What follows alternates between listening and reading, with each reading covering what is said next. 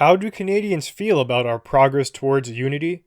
I'm Marco Perry. Welcome to the Perry Platform.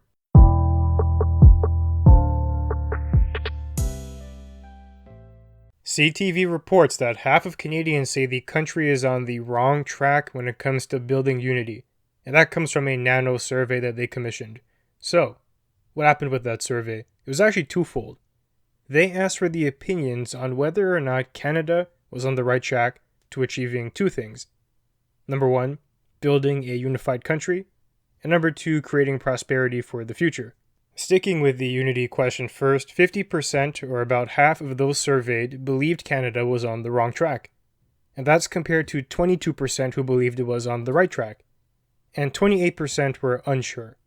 But before we dig deeper into that, we should ask the question, what do we mean by unity? To some, that means that 99.99% of Canadians all believe the same thing, they all do the same thing, they all have the same standards and boundaries, and that's not what I think makes sense here. Unity is best defined on a countrywide scale based in terms of what common core values do you hold, and are they strong enough to keep you together even when disagreements inevitably pop up. Funny enough, I actually regard this as similar to a marriage. You do not have to be on the same page about everything. You, of course, are going to disagree. You're going to argue. There are going to be good times and tough times. That's how it is. You're forced to live together. Same as with a country and fellow residents. But in the marriage situation, do you have the same core values? Do you have the same mutual understanding of each other? Do you trust each other? Do you respect each other? And if you say yes to all of those, you're in a better position to move forward in unity despite the problems that you have. And one reason for that is presumably you have the same goal, to lead a successful marriage. And as countrymen, what would our goal be? To create a successful country. Now, different people can have different interpretations about what that means, and that's fine. There might even be disagreements there. But if we share the same general vision, and we can both accurately define what progress looks like, more jobs, better healthcare, reducing poverty, a framework like that would be sufficient, and it would be good enough to get us to a place of unity. It would get us to a place where being Canadian means something.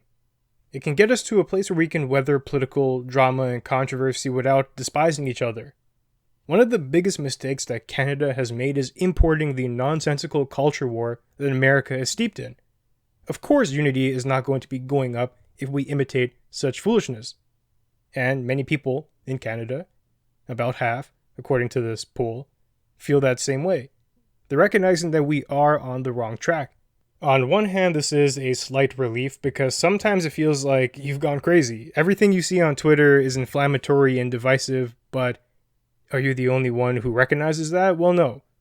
About half the country also can see that we're not doing things the right way if unity truly is our goal. But there is a small proportion there who does think we're on the right track, and it usually is just vocal extremists who are pushing agendas and making it seem as if they represent a majority stance on various topics. Now, back to the survey, pessimism was strongest in the prairies, with 60% believing Canada is on the wrong path towards unity. Ontario was 53.1% who thought we were on the wrong path. Quebec was 44.8%, BC was 42%, and the Atlantic provinces were 40%. And of course, there are individual idiosyncratic factors that would influence every province's interpretation. You also have an interesting fact here, which is men were more likely to believe that Canada is on the wrong path at 55.4% compared to women at 45%. Now, there is a sizable difference there, about 10%, but it shouldn't obfuscate from the fact of the matter that almost half of women also believe this too. A little bit more than half of men believe it. It's not an insane difference there. It appears there is also a generational divide, and here we can understand that to some degree. So younger Canadians, and they're classifying that as those aged 18 to 34, were more likely to say that Canada is on the wrong track at 58.2%, followed by those who are aged 35 to 54. 53.2% of those said we're on the wrong path, and those who are 55 and older were only at 41.7%, so there's actually a bigger gap between young people and elderly than between men and women, for example. The exact reason for this difference was not provided, but if we had to speculate, I do think certain things like cost of living, going through a pandemic, going through multiple economic crises, those who are in the 30-ish range would have experienced multiple at this point in their life. Those were probably influencing their decision making. And those who are older did get to experience tremendous economic booms, and perhaps that has impacted their interpretation.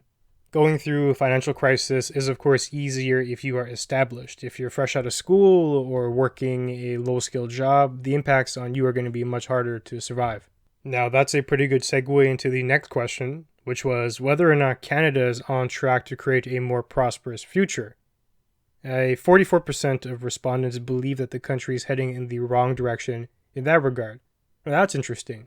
Despite all the economic turmoil that we've been facing over the past couple of years, people still have more faith in that than our progress towards unity. I think that speaks volumes. Now, diving into the data, the prairies felt strongest that Canada is on the wrong path, and they're at 56.8%, and we can understand that, given the oil industry. I think that summarizes the sentiment almost perfectly. Then Ontario is second, at 47.4%.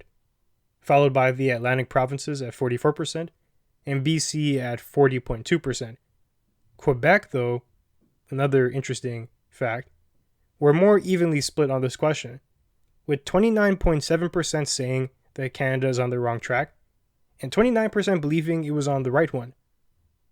I think analyzing the differences there would reveal quite a lot. Why do Quebecers feel that way? Far more optimistic than Ontario, for example.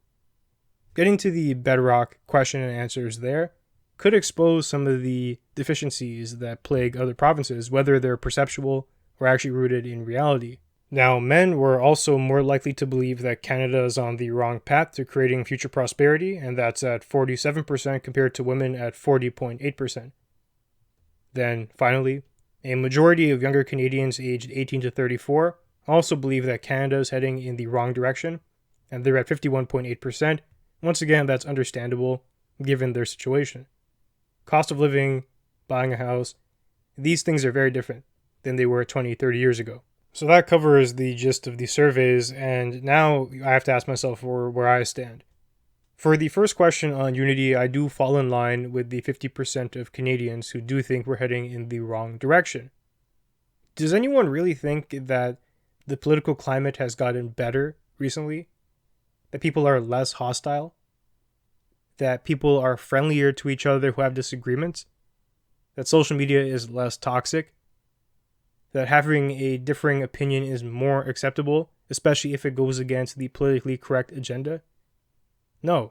Further, as I was describing, do we have these common principles that are tying us together as Canadians, or are they eroding? I will err on the side of the erosion there. Now layer on the analogy about the marriage. Are we happily married? Obviously not. Are we tolerating each other? Perhaps, but I think we're actually getting to a point of conflict.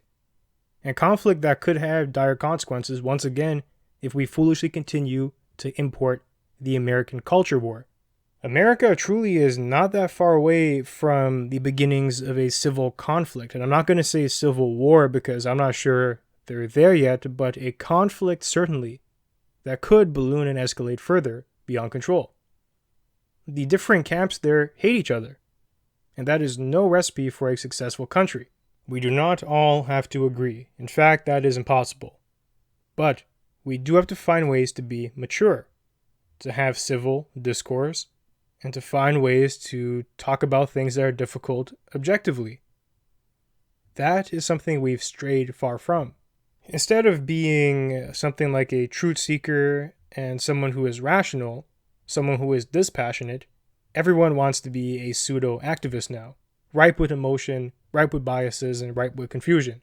Now, on the economic front, I do mirror the survey again a little bit. I think there is more hope there. I think Canada is taking steps to secure future prosperity, even though they're going to come with short-term consequences. And that's probably most representable by the Bank of Canada hiking interest rates as dramatically as they have done. They're willing to suffer some short-term pain to get us back on track. Things like inflation were just running rampant. I think looking at Canada's natural resources reserve also inspires some hope, whether that's oil, fresh water, lumber, things that are going to be scarce in the future, we are well equipped to leverage that for prosperity and hopefully to the betterment of all of humanity. I think one thing holding back Canada's prosperity, though, is the fact that we are not making use of our landmass. We are the second largest country in the world, but our population is minuscule. We have all this vast land, but we're congregating along the Canadian-American border. And there are reasons for that. The further north you go, industry drops off rapidly. We need to develop, we need to get smarter, and we have to expand. We have a lot of potential here in Canada. That's how I feel. Now with that, it does bring us to the end of our conversation for today. If you enjoyed the material, be sure to leave a review and share. They'll help us grow. And you can find me online at perryplatform.org and on social media at perryplatform. Thanks for joining me, and I'll see you soon.